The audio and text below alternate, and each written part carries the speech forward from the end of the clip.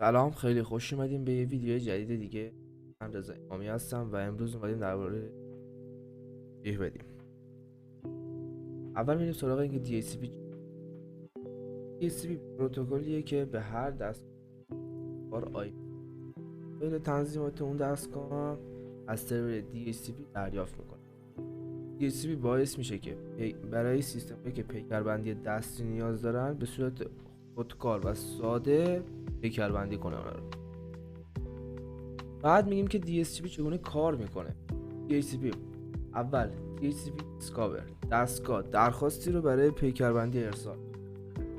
دو DHCP آفر سرور DHCP شامل آدرس IP فایل تنظیمات رو به دستگاه ارسال میکنه.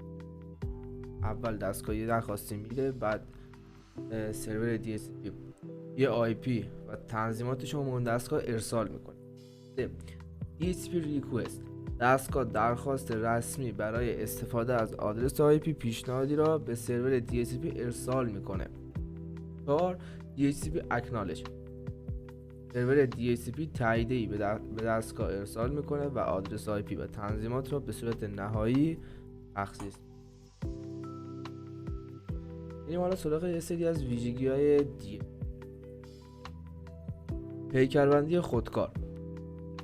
تخصیص دادن خودکار آدرس‌های IP و تنظیمات شبکه به هر سیستم به خودکار IP.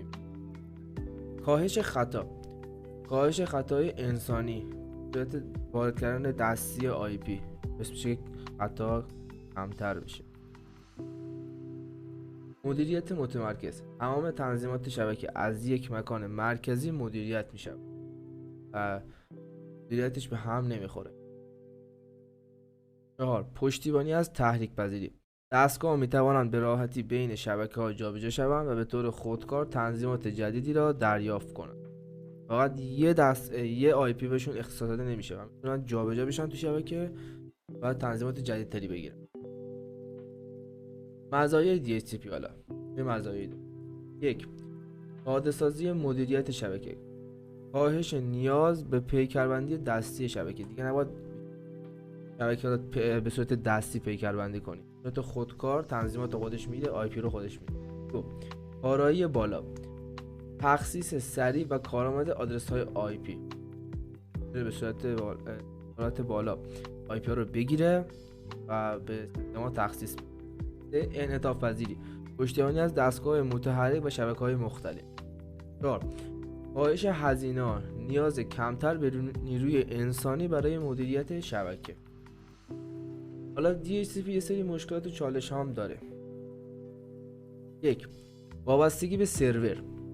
DHCP اگه تو سرور خرابی به وجود بیاد باعث مشکلات در شبکه میشه.